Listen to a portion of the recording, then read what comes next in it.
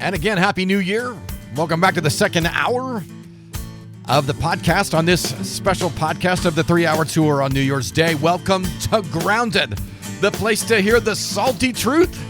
I'm your host, Scott Cates, coming to you live from the Northeast Georgia mountains and the tiny town of Tiger, where today we're talking about a number of different things that are on the agenda right now. You're entering into an hour where I'm about to talk about children and what is being aimed at them and what is happening to them and what all is taking place. The first thing on my mind is an article that I read that talks about the fact that $11 billion was of revenue was brought in through TikTok advertising directed at children from 16 and under. And they track this based on the sites. And what this means is that $11 billion in just the last year, in 2023 alone, as advertising is aimed at children on TikTok. And it's basically social networking sites. As they're aimed at a child has clicked onto this and actually purchased something from the ads that were sent to them. So they've clicked onto this advertising and purchased something. A child has done this now and purchased something on this site based on the advertising. $11 billion worth. Are you hearing me? $11 billion. That's a lot of money. Because there are millions and millions of users of TikTok worldwide, and it's a lot of money. It's unbelievable, really, in the way that's happening. So they're being targeted. And by the way, when they're 4 and 5 hours on TikTok a day, and they're getting bombarded with ads on a regular basis like this, and this is not talking about adults, this is just children. That's a big deal. It's taken its toll as far as social networking on their lives. We talked last hour about the fact that as children are being targeted, their brains literally are not developing the ability to cognitive reason at this point because that's being shut down by being stimulated in the rear of the brain. If you go back and listen to that, you'll hear that. That's not the only thing that's being aimed at children. You know, in 2023, we went through the whole transgender, my goodness, in such a major ordeal. This article is pretty interesting that I had read, and this one it says parents' personality disorders are driving the surge in trans kids. So it talks about the addiction to attention, and it's talking about the addiction that parents have to the attention of the fact that they're changing their children's gender, and they're addicted, and they step up and they get into social networking and they get into all of these things. It's a parent-fueled condition. That's exactly what this article says.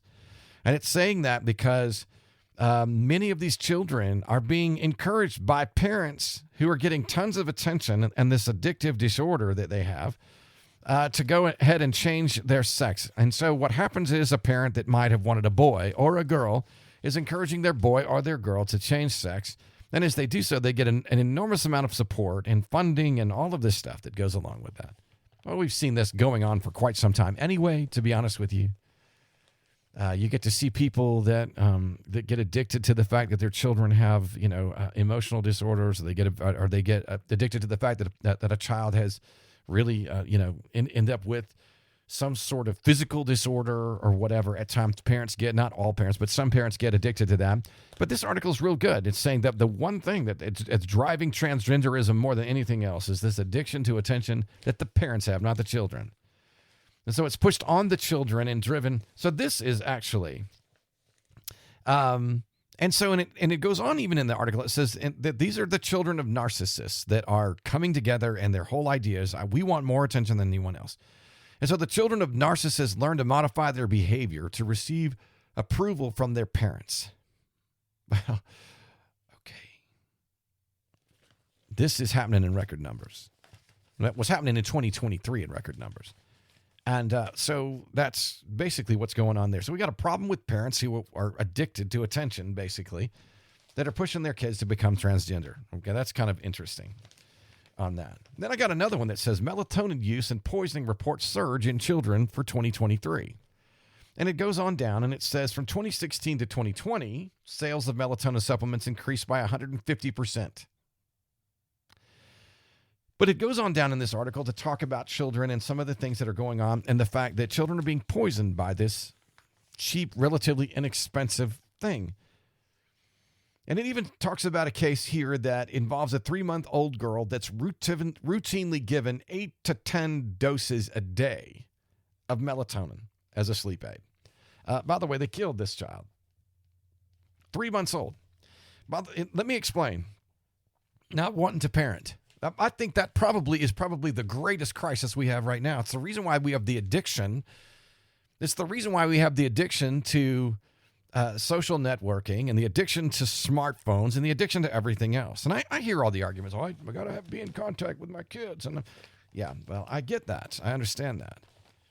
But you realize when you place that in the hand of your kid that they have contact with everything else. And most people do. You realize that. But this basically is saying we want the 3-month-old to sleep 8, 10, 12 hours during the day or whatever as a result of that. Most, not wanting to parent. That's really a lot of the issue that's going on today. That's been going on for a while. You see it happening. We see it happening throughout the nation. Matter of fact, I've just talked recently about the fact that you have a current generation that really doesn't want children, and they don't want family. They don't want the responsibility of being married. They don't want the responsibility of raising children. They just want to be children for the rest of their lives. And the reason for that is because they have been addicted from 2007 forward. They've pretty much have grown up with a smartphone in their hand. It's effective, the reasoning of both adults and children today, and it has. I know some of you are going to say, well, you just blame that smartphone on everything. Look, I'm not the one writing the articles. I'm just reporting to you today what I'm reading. It's interesting to me. And then what else do we have that's on the horizon as far as our articles that I'm looking at here? Well, I can tell you this. This one coming Disney. This one says this: Disney's disastrous year puts its movie-making magic into question. And what's amazing about this article to me, I really thought this was an incredible article, and really do think still it's an incredible article. It's about the fact that Disney is going through massive layoffs. They went through massive layoffs, and they're trying to do a makeover in 2024 because they've realized and they've come to this. In 2023, this was the year that we really came into the understanding that nobody wants the message of transgenderism and, sexual change, all of that. Nobody wants that hammered into them. They don't. And as a matter of fact, America's not stomaching that. Just like they're not stomaching electric cars, they're not stomaching this. If you look back at the year 2023, 7 out of their 8 major theatrical releases from the studio greatly underperformed, both nationally and internationally. There are flops. I mean, they were flops this year. Indiana Jones and the Dial of Destiny. I went to go see it. I tried to go see it in the movie theater. I couldn't even get it to hold my attention. I've tried watching it 3 or 4 times, and I've fallen asleep each time. That you might say, well, that's because you're tired. Or maybe that's because you're old. That could be it. I don't know. But I can tell you this much. It didn't keep my attention because it's just a rusty... There's no new storytelling at all. Now, I did actually like the live-action version of The Little Mermaid. I thought that little girl did a fantastic job in The Little Mermaid. Thought it was really good. But I didn't see any overall tones of anything in that. It goes on to talk about the Haunted Mansion and the fact that Ant-Man flopped and the Marvels flopped, all of that. It goes on to tell you about all of that. And the reason is that because there's no... And it goes on to tell you by the end of this that people are tired of the same old really superhero ideas being remade. And what they're tired of in these is the little innuendos that are put in about the characters that have to be sexually diverse or whatever. And so it's not doing well. The first Shazam movie, I saw it. I thought it was funny. I thought it was great. But by the second Shazam movie, they had to interject the fact that one of these heroes was gay in the middle of I thought, my goodness, what are we doing here? It's crazy, really, in that. But, and then they got some really bad press on the current Snow White that they've now pushed back because they thought that maybe they could push the agenda in that, but it's played by, gender diverse, multiracial cast, and gender diverse isn't hitting. It's just not doing well. So they pushed the release date back because they know it's not going to make good money. And they go on. Their stock tumbles. The layoff is terrible. 7,000 people have been laid off. 220,000 people, employees worldwide, in order to make up for $5.5 billion in losses in the last year. So they've 220,000 people. The studio laid off 7,000 people. And it's interesting, really. The reason, and here's the end of the article, is because they've placed their emphasis on messaging rather than storytelling. One more time, they've placed their emphasis on messaging rather than storytelling. That is the problem. As we get into children and the things that are literally pursuing children, we have the media pursuing children in the transgender change, and we have that happen through 2023. We have parents that are not necessarily today. Now, I'm not many parents who are not wanting the responsibility of parenting. We have the fact that you have the entire world chasing in really on whatever you place in their hand that is digital, that is placing to push a message or advertising into the hearts of 16 and under. And they are being pursued like we've never known. And then we get to the classroom. And we see the liberal agenda in the classroom. We also see the fact that by the time that they actually get into the stages of higher learning, one of the things that we talked about in hour one was the fact that we are morally bankrupt, which has created the bankruptcy of America economically, politically. But another article that I recently read said the same thing. That when you get into our institutes of higher education, when our children come to that point, that there is no morality that is there, no morality that is being taught. Everything is relative. And so because it is, there's no central core of anything to hang on to. Listen to me carefully, because what I'm trying to tell you right now is because there's no central core of anything for our children to hang on to. Just like the last hour I talked about caroling, there was a central core of traditions that were there, which I'll talk about in the third hour. And that the senior adults, when you go caroling and they're singing these songs that they have in common, there's none of that with the children that are coming along now. Nothing.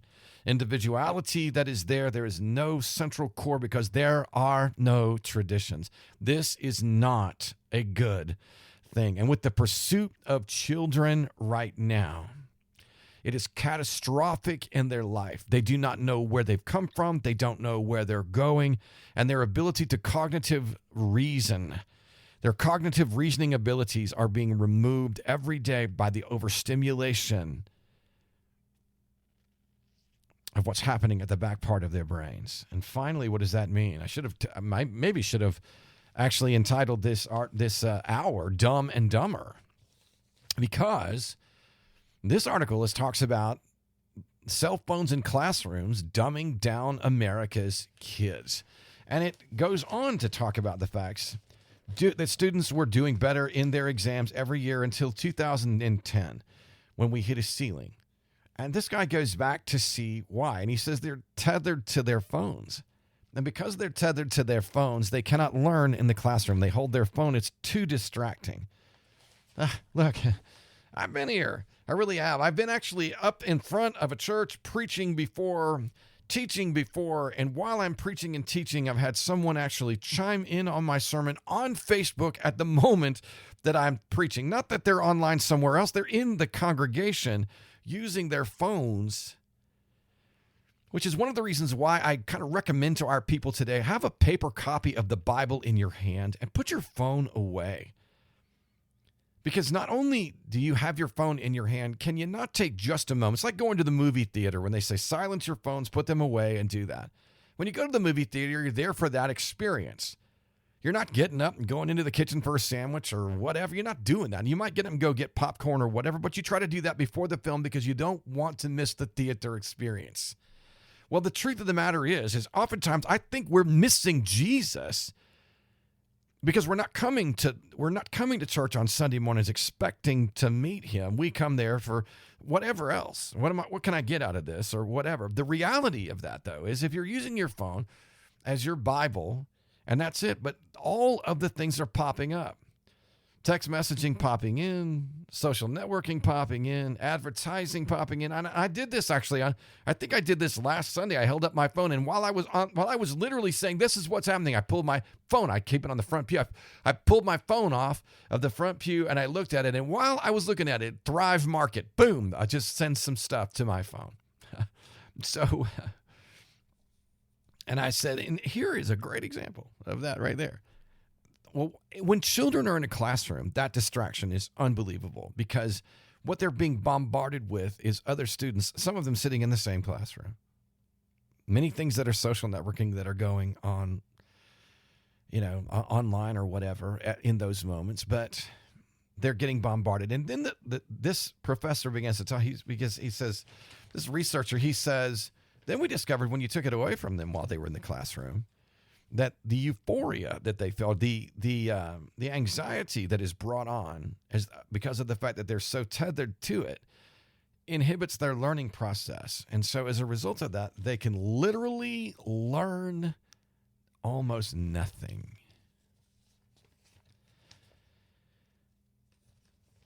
This is a serious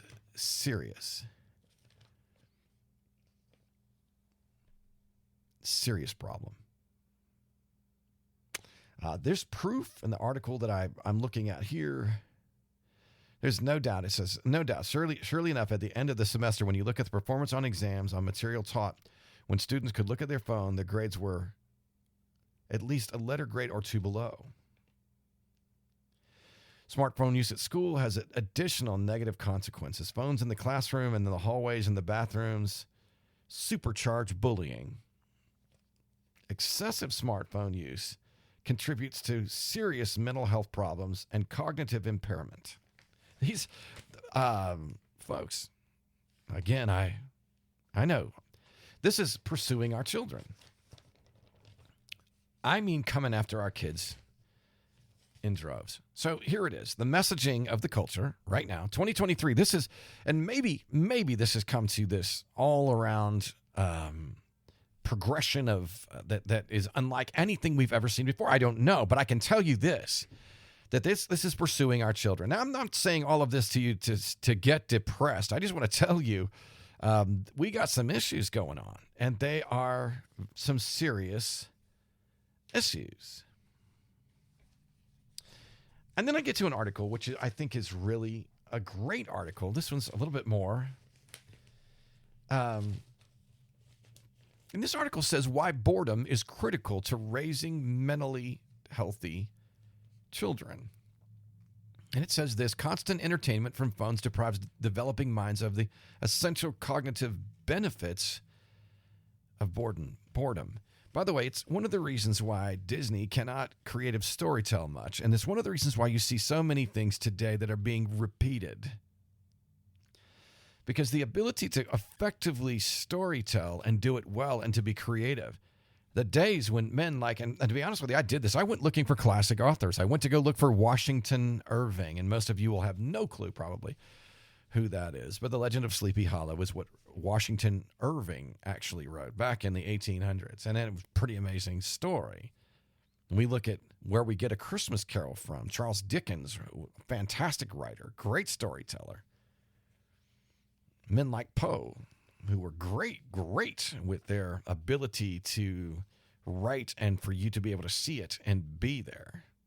Great writers We're now seeing people today, come along. The ability to storytell and do that effectively is getting less and less and less, because the ability to imagine and to dream is not there. Now, listen to me carefully when I say this to you, ladies and gentlemen. When you remove a child's ability to dream, you take away a child's ability to hope. This is truth. If you want to raise mentally healthy children, you do not want to take away their ability to dream. When they're bored, when we went outside and we were bored, we took sticks and we did the things, and we just, goodness gracious, we had sword fights with sticks, and I remember. We went on bike rides and we hung out and we talked and we shared stories with each other. And it was amazing. Boredom is the bedrock on which children and teenagers create their own ideas. It's their idle time. Bored kids become better problem solvers. Endless entertainment is linked to reduced creativity. We're seeing evidence of that today, because our minds are not allowed to wander anymore. When we don't allow our minds to wander, we find creative solutions to our boredom that don't include just plugging in. By the way, today when we're bored, we just flip on the phone.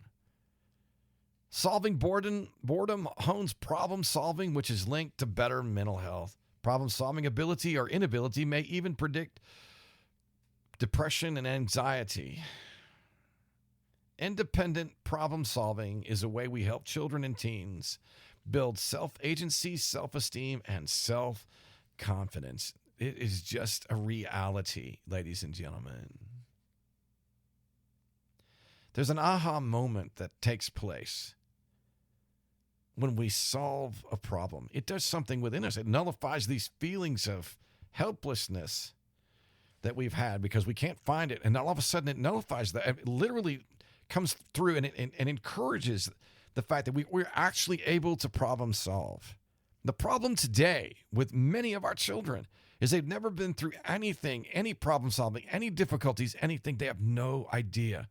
And the smallest little things that come, they go catastrophic. It is terrible for their mental health. Plus, they're being bombarded with all of the things that we've been talking about earlier in this podcast, from advertising to a current messaging that is coming on their souls. None of it is truth. None of it. When they get in the classroom, they cannot hear. They cannot be taught things. And when they're taught things in the classroom, in many, many places, it's all things that are based on other things. Douglas Murray wrote a book called War on the West. It's a great book. And he talked about actually going through the high school exams and the history part of the high school exams, and 50 questions on a high school exam, on a final exam for high school for history. And only 3 questions actually were based on actual history. 47 of those were based on social issues. 47 in a history class, current social issues, trying to push the current social agenda. We've got an issue today. There's the pursuit of children, trying to take away creative thinking. And literally, folks, it is when we take away their ability to dream, we take away their ability to hope, we take away their ability to problem solve, and we do serious, serious damage to the well-being and the core of a child. Why is storytelling actually so important? Well, storytelling is important because of the fact that when you use these stories, children are able to actually learn better by story. Even Jesus did this. Jesus did this with parables. He took common parables, he created these stories, and he brought forth his truth in those stories. That's what he did. It's important. You use your stories to demonstrate and dramatize concepts that you want to teach to children. You just do, and other people as well. There's some serious power in storytelling, folks. There is. It inspires something inside of people and inspires a sense of wonder. in a way that nothing else truly can. And there's something about let me tell you a story. By the way, entertainment, it's interesting. Entertainment went from us sitting in front of a radio in the 1930s and 40s to being able to see on television to what it is basically in the 50s, to be able to what it is today. But there was something about the imagination of a child who was listening to that storytelling that was happening on the radio in the 30s and 40s. It's amazing when you're talking to people that people's faces, their faces, when you're actually sharing and they're listening to a good story, their faces are so intent and they're so intrigued. I'm not talking about relaying information. I'm talking about using a story to apply that in their everyday life. It's important. Using those stories to apply truth is incredible.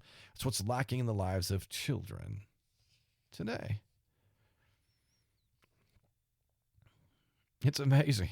When you tell a story, the whole room gets quiet. Whoever's telling the story fills the room with an energy that's amazing. This great anticipation builds for whatever it is that's coming. And there's finally this climax of the story. When that climax of the story comes, it takes that line or whatever the central core of the story actually is, and it applies it to the hearts of men and women and children, boys and girls, in a way that's amazing. They get locked into it. And it's pretty incredible. There's an art of storytelling, and it is good. And it is a I'm telling you, it is something that now is lacking. After reading the article from Disney, it's no longer about storytelling, but messaging. And they're trying to do that. They're actually trying to storytell and apply a message. It's not working because their messaging is more powerful than that. And so what's coming across is the same old thing over and over with not any new creativity. It's important. Jesus, again, used parables. He told those parables which were there, and he applied those parables to everyday life and the truths that he was teaching. And he used the stories of everyday life to apply the parables in his day. And it's amazing how those parables still apply to us today. It's important for us because stories today still touch the human heart. The stories that a teacher tells in a classroom to a child or that parents tell to their children. I can tell you right now, when my kids were growing up, when they were coming up, we had this, one of the favorite times that they had when they were children is we had this little game called Story Cubes. They don't even make it like they did in that day now. But I would go in there on Christmas Eve morning, super early in the morning before everyone was up. But my four children would be awake. And we would take this game called Story Cubes, and I would shake up the cubes, and they would dump out, and the pictures were there. There were 4 or 5 separate pictures on Story Cubes would come out. And they would be all excited, and they were like, "Dad, tell a story." And even my kids would be like, "I'll just skip my turn so if you'll just tell another one," because they loved hearing the stories. Still do, actually. They still do. And that's exciting. It really is. Why is that important? Well, you as a parent, it's important because they're listening to your voice. They can hear your voice. And it's important in their life to hear your voice. It's important as they come back to home to you. It's important that they hear your voice now when they're small boys and girls, when they're little boys and girls. So that you as a parent later on in life can still call to the little boy and the little girl that's inside of those grown adults, and they can come back and still want to hear what you have to say. It's a shame that we're letting our devices call to the hearts of our children. It's a shame that we're letting the messaging of people like Disney call to the hearts of our kids. It's a shame that we put our children to the side. One of the things that I realized a number of years ago in church was that the one group of people that was being overlooked every Sunday because they were not at eye level were the children most of the time. And so I began to just point that out and say, look, folks, the most important people we have in this congregation are these kids. And they are. We need to look them in the face. Good morning. How good it is to see you today. I just watched this happen this past Sunday at the close of this service. As our folks began to just look at those people, at those children, and pour into their, oh, aren't you precious today? And talk to them. It was sweet. It's been sweet. And it's important. At Vacation Bible School, when the kids come and they work on their crafts, it's amazing for me to watch men literally look at the face of a children and say, did you make that? And how they're surrounded by these kids who want this encouragement. But parents, they want your encouragement.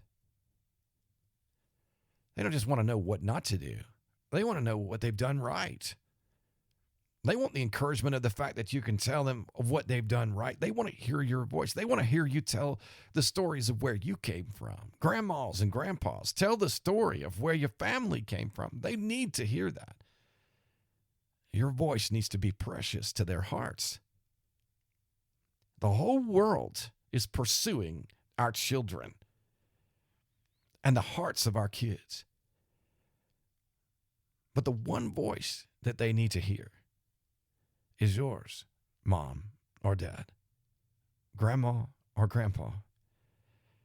And they need to hear your voice. And in your voice, they need to also know that the voice of Jesus is key to their lives. They need to know that you're listening to Jesus in your life. That in a world of chaos that is out there, you're not reaching for darkness in your life. That you're living your life above board. That while everybody else is reaching for the things of darkness, that's not you. That they see you reaching for light. That while everybody else's parents may be shacked up over here and doing this over here and whatever, that you're not that. That you trust Jesus more than that. That you're holding on to the things of faith. And that they know that. Not that you're lying to them about that or you think you're keeping it from them, but that's genuinely you. Because remember, in 2023, authentic and genuine were being looked up. Children are also looking up authentic and genuine because they're not seeing it. They need to know what is authentic and genuine because you hold to what is authentic and genuine, that you hold to the Word of God, and that Jesus is authentic and genuine in your life. And they need to be trained up in the ways of God. I'm talking tradition in the third hour, why that's important, and why the traditions that we're going to teach them, we need to get them into church. I've watched this taking place. I've watched a generation before bring their children on Wednesday nights to Wednesday night events. And they still bring their kids to Wednesday night events, but their parents didn't necessarily bring them on Sunday morning, so they still bring their kids on Wednesday night events, and they don't arrive to be in church on a Sunday morning. Folks, listen to me. Have your kids in church on Sunday without fail. Well, that's boring. I can't keep their attention. You bring something to help keep their attention. Get them in there. Because on the very day that you need to hear the truth and they need to hear the truth, it's going to be preached. And if you're not there because you thought, well, it was boring, you'll have missed it. I promise you this much. In the places where men are preaching truth on Sunday mornings, in the places where men are preaching truth on Sunday mornings, the water of God is coming out of the spout. The Spirit of God is coming out from those pulpits across America. And He is. His word will never return void. And exactly what you need is there. You may not be able to hear it for the day, depending on what you've reached for the week and where your heart has been and what it is you want more than anything else. But if you thirst for the Lord and you literally search for God and you walk in the door and your children see that search for God and that thirst for the Lord and they're in the Word because you're in the Word. And I know you might be listening to this and saying, well, that's going to take some work. You got to be kidding me. We don't have that kind of time. We're here and we're here. Listen to me, folks. Hear me say this. One of these days, your children will be gone. And they'll be spending time everywhere else but the places you really wanted them to because it was not a priority in your world at the time. Get them under God. Literally, get them into a place. Teach them that church is important. Get them into a place where they're singing the carols that we talked about in the last hour, or they know songs like, "O Little Town of Bethlehem," so that when they do get older, they have something in common with others who have known the same thing. Teach your children some tradition. Remember the proverb that says, "Train up a child in the way that he should live, and when he is old, he will not depart from it." And understand that when 3 John 4 says, "I have no greater joy than to know that my children are walking in truth," that is truth. The messaging of what's going on outside of our homes, the things that are bombarding our children inside of our homes, every time they pick up that smartphone and the advertising that's literally attacking and coming for their hearts, every time we push them away, every time that the only time we talk to them is when they do something wrong or we're raging on them or whatever in those moments. Folks, listen to me. To become adults under that, it's catastrophic to who they are. They need your time. They need time in church. They need time to be brought up in the way that they should live. They need time with Jesus. They need time in the Word of God. They need to be taught key verses. They need to know, "For God so loved the world that he gave his only begotten Son, that whosoever believes in him should not perish but have everlasting life." John 3:16, a basic verse. They need to know that, and many more. Find a place. If you're not reading the scripture with your kids and your family, do that. Start now. Because the pursuit of the hearts of your children is there. If you have newborns right this second, start now. I don't care if your children are 12 or 14. Start now. Hear me say this to you. It's 2024. There's a pursuit for righteousness in a dry and thirsty land. Oh God, you are my God. My flesh longs for you. My soul thirsts for you in a dry and thirsty land where there's no water. I promise you, there is no living water being poured into your children's lives outside of the Word of God. Find a place, get them in it. They will not be sports heroes for the rest of their lives. And though they're being taught community on the ball field, that's okay. But the truth that's found within the churches of America and the people that are there, and I realize you're going to find, oh my goodness, when we walk through the door, there are sinners inside the door of the church. Yes, there are. People who don't know any different. People who don't know that they're not supposed to judge each other quite that harshly or talk about each other. And people who don't know that when they say bless their hearts, that they were speaking gossip. People that don't know those things because they've never been taught those things, you'll find that. Because inside the church house, you'll find an imperfect bride. Because she lives in a world of sin. But you'll find a perfect groom inside that church house. And his name is Jesus Christ. And he's there every time you search and with you in the pages of Scripture every time you read it for you and your children. It's a reality. It just is. So hear me today. Last hour I talked about singing the carols and the little lullabies of Silent Night as senior adults who were in ambulatory care and who had dementia in ways. The children of their hearts, you can see it in their eyes, are singing those songs.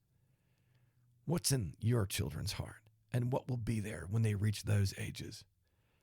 I pray to God it will be Jesus. I pray to God it will be these things of truth that we're talking about. I pray that it will be. I'm praying for you. Get your children. Gather them together. Tell them stories. Make a difference in their lives. They need you. Well, we can take them to this. They can go to this therapist. They need you. You've been listening to Grounded, the place to hear the salty truth. I'm your host, Scott Cates.